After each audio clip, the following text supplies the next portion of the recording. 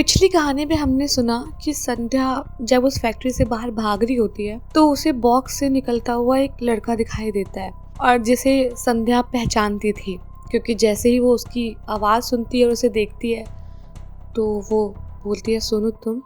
अब चलते हैं लगभग 8 से 10 साल पीछे।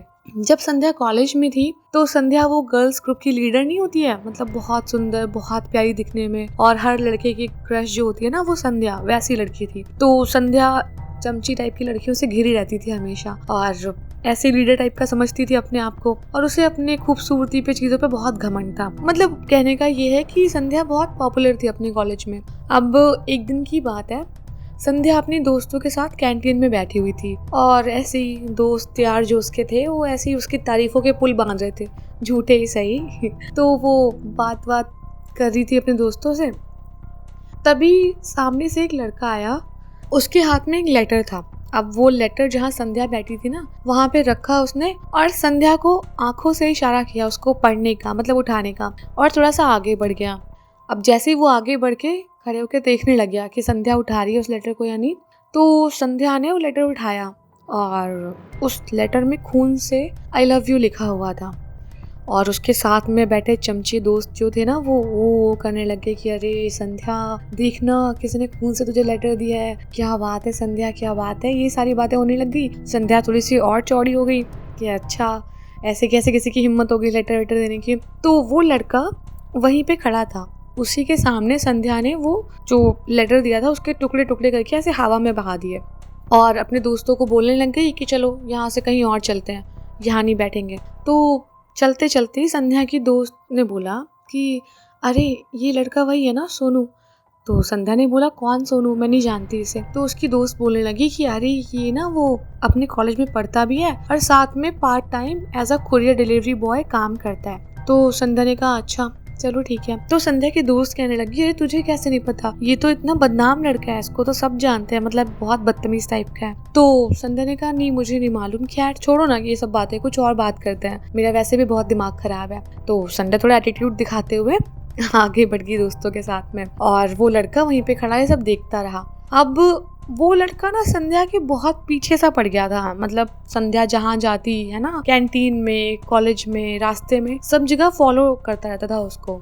और हमेशा मतलब उसका वही था कि इससे मेरी बात हो, इससे मतलब मैं प्रपोज करूं और मेरा प्यार जो है ये एक्सेप्ट कर ले। तो इसी आस में वो हर जगह संध्या के पीछे लगा रहता था। लेकिन संध्या के चमचे भी बहुत थे उसके पीछे, वो भी लगे रहते थे, तो उसकी कुछ बात बन नहीं पा रही थी।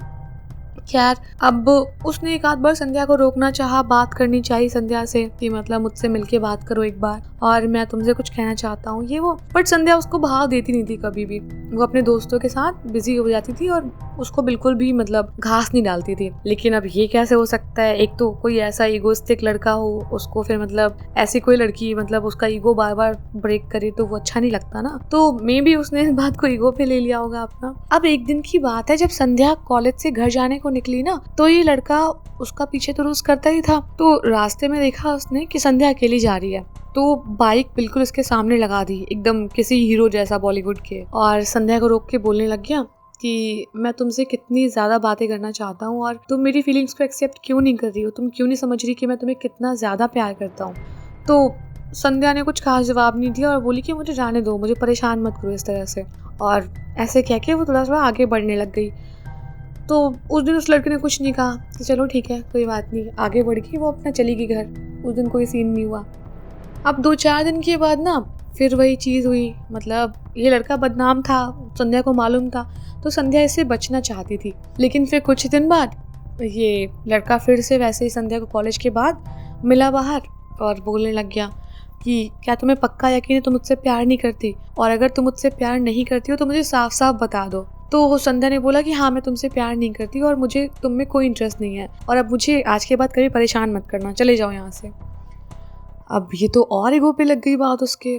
खैर उस दिन भी चला गया वो बिना कुछ बोले, गुस्से में ऐसे बाइक स्टार्ट की और बाइक पूरी स्पीड में भगा ले गया। अब संध्या को लगा था कि मुश्किल हो रहा है उसके लिए, रोज मतलब कॉलेज में उसे कोई परेशान कर रहा है, मतलब रोक रोक के ऐसे बोल रहा है। अब एक दिन की बात है, संध्या अपने कॉलेज से वही सेम टाइम पे निकली बाहर और जाते जाते रास्ते में उसको दोबारा वो बाइक ऐसे खड़ी करके किनारे रास्ते में खड़ा हुआ था सोनू, और संध्या को बोलने लग गया कि संध्या मेरी बात सुनो एक बार।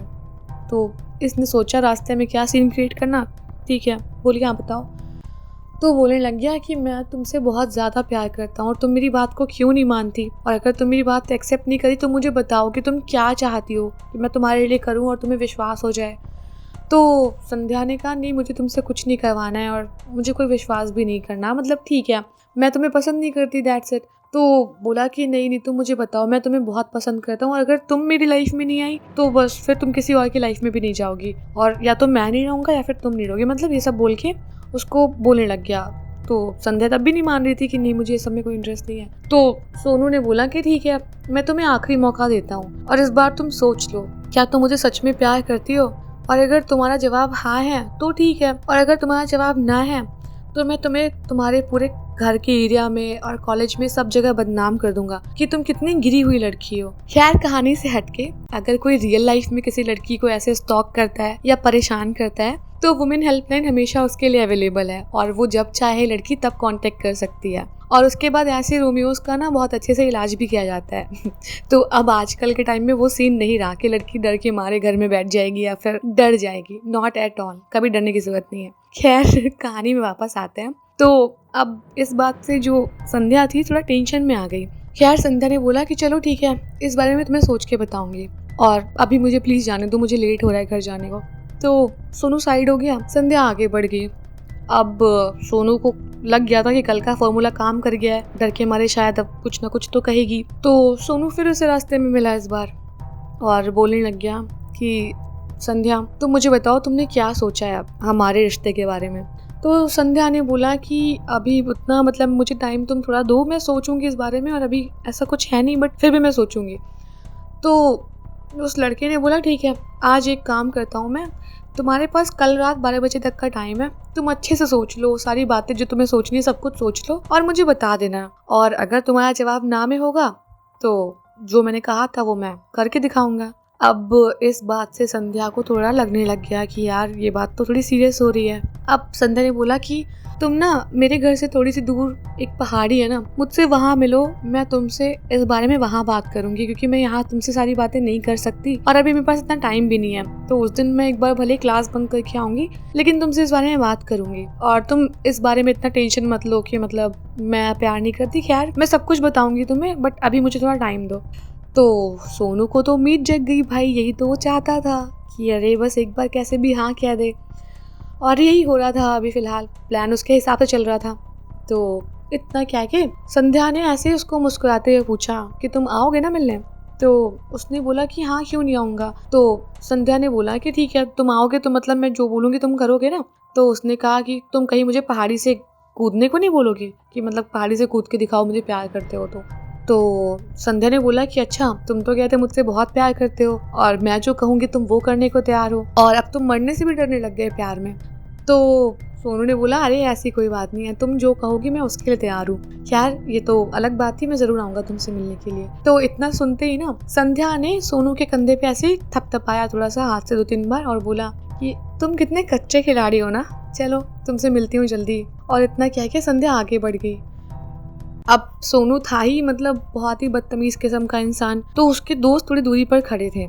मतलब होता है ना ऐसे बदतमीज लड़कों के ऐसे ग्रुप में दोस्त होते हैं और बदतमीजी करने के लिए सब एक साथ आते हैं, तो वैसे ही था। और वो ग्रुप में होता ना स्टड बनने का कि अरे भाई तुम्हें पता ही क्या है, मैं ये हूँ, मैं वो हूँ, वो लड़की फंस गई है वो, तो ये बहुत सारे टॉक्सिक लड़कों का ऐसा ग्रुप होता है। तो सोनू का भी ऐसा ही ग्रुप था। वो दूर खड़े होके सोनू को सब बातें करते हुए संध्या के साथ देख रहा था। अब जैसे संध्या आगे बढ़ गई जाने के लिए, थोड़ा आगे निकली होगी, सोनू अपनी बाइक लेके दोस्तों के ग्रुप के पास पहुंचा और दोस्तों से कहने लगा कि क्या भाई देखा कुछ। तो उसके दोस्त बोलने लग गए कि अबे तुझे सच में लगता है तुझसे फंस जाएगी? भाई हमें तो उम्मीद नहीं, हम तो शर्त लगा सकते हैं तुझसे नहीं फंसेगी भाई, कुछ है इसमें अलग सा यार, नहीं फंसेगी, छोड़ना, कोई और देखते हैं।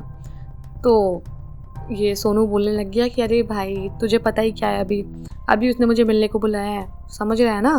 तो दोस्त बोलने लगे यार तू तो शादी वादी की बात कर रहा था यार, तू पागल वागल हो गया है क्या? तो सोनू बोला तुम्हें सच में लग रहा है शादी इससे?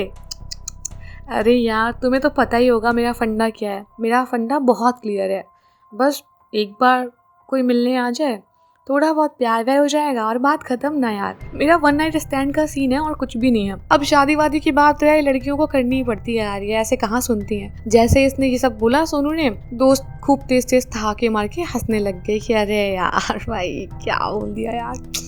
दोस्तों का मजा, वो जब भी आप कुछ बुरा करोगे ना तो जो आपके अच्छे दोस्त होंगे ना वो तो आपको रोकेंगे कि नहीं भाई ये गलत है, या जो भी है बहन ये गलत है। लेकिन ऐसे जो दोस्त होते हैं ना फेक, जो खाली सिर्फ खाने पीने और ऐसे ही नशे वशे के चक्कर में रहते हैं, वो हमेशा गलत चीज़ों को ही बढ़ावा देते हैं, वो अच्छी बातों को कभी नहीं सिखाते। खैर अब इन लोगों की कॉन्वर्सेशन यहीं पे ख़त्म करते हैं और कहानी में आगे क्या होता है वो जानेंगे इसके नेक्स्ट पार्ट में। और तब तक के लिए अगर वीडियो अच्छी लगी हो तो वीडियो को लाइक कर देना और कमेंट्स करके अपने थॉट शेयर करना और सब्सक्राइब करना तो बिल्कुल भी मत भूलना।